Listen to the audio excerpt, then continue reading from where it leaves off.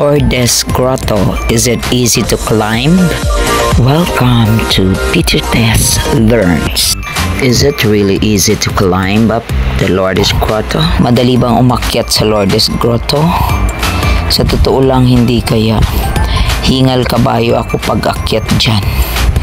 Maya't maya kami hinto ng aking pamangkin habang kami ay umaakyat sa Lourdes Grotto. Pero sa wakas, tuwang-tuwa ako dahil nakarating ako dito sa Lourdes Grotto. Ang sarap ng pakiramdam pag ikaw ay nakarating doon sa taas. It's really nice to reach up the Lourdes Grotto. O kaya at least sa edad kong 61, yan, nakarating ako doon. Welcome sa Lourdes Grotto. Yan yung pinaka-entrance niya. Paakyat. Ayan. Tapos, yan. Dyan kami ng aking pamangkin dumaan. Buti na nga lang niyaya ako ng pamangkin kong umakyat dyan. Or umakyat ng Baguio City. Kasi, last kong umakyat or pumunta sa Baguio City ay 1987. Nasundan lang ito nito lang May, nung second week yata yun ng May na umakyat kami, May 2025. Kaya hindi naman kami nagsisi or ako nagsisi na sumama sa pamangkin ko dahil sa wakas na akyat ko rin yan. Yung dati ko kasing punta na 1987, hindi ako nakaakyat dyan. Kaya ako'y masayang-masaya. I'm so happy even until now na ako ay nakaakyat dyan sa tuktok ng Lourdes Grotto. Kaya umpisahan na natin ang pag-akyat kasama ng aking pamangkin. Dahan-dahan na kami sa aming pag-akyat dyan papunta dun sa tuktok ng Lourdes Grotto. Kaya samahan nyo kami.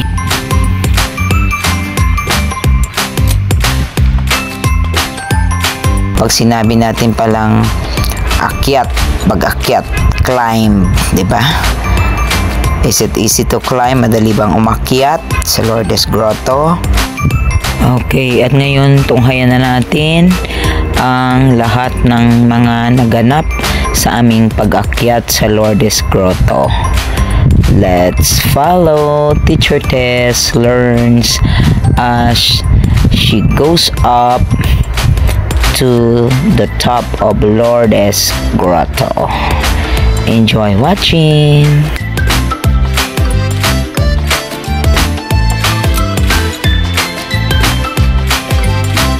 Ito nga pala ay approximately 252 steps in going up at nasira daw ito, according sa research, nasira ito nung earthquake, malakas na earthquake. Kaya nakikita natin yung mga hagdan ay may mga butas. So, ni-rebuild na lang nila yung mga stairs dyan. Tapos, yung area na yan ay meron ding isang park, ang Mirador Heritage and Eco Spirituality Park. At hindi ipapakita yan sa susunod nating mga videos.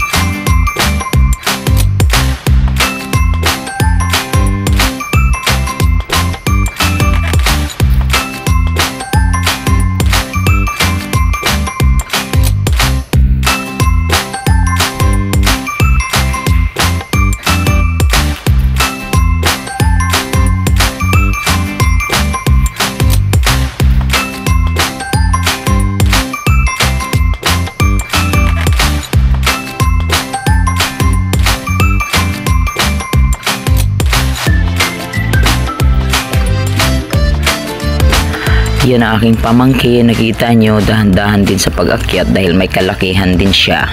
Kaya ayan, na-inspire kami ring umakyat para naman mabawasan din ang aming mga timbang.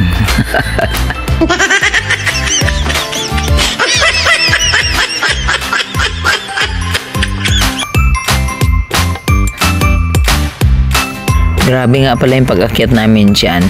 Yan ay mga 11 to 12 yata kami umakyat dyan. Yeah. 11 ng umaga kaya mainit na rin. Kaya dahan-dahan lang habang kami ay nakapayong. Ayan, sige, tunghayan pa natin ang iba pang mga kaganapan hanggang sa kami ay makarating doon sa tuktok or sa taas ng Lourdes Grotto in Baguio City.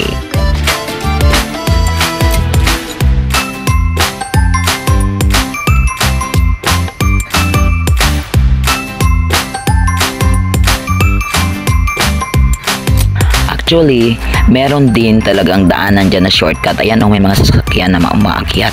Pero mas pinili naming umakyat talaga from the ground. Magmula doon sa step 1 para talagang masabi namin na we're able to climb up the Lourdes Grotto from step 1. Mas maganda kasi yung buo yung naakyat mo, di ba? So, para sa hindi pa nakaakyat doon, habang umaakyat ka, ay makikita mo yung yan, statwa ni Saint Michael the Archangel. Yan siya. At yan. Maganda pag-akyat doon. Talagang nako-comfort ka kahit napagod ka pagdating mo sa taas.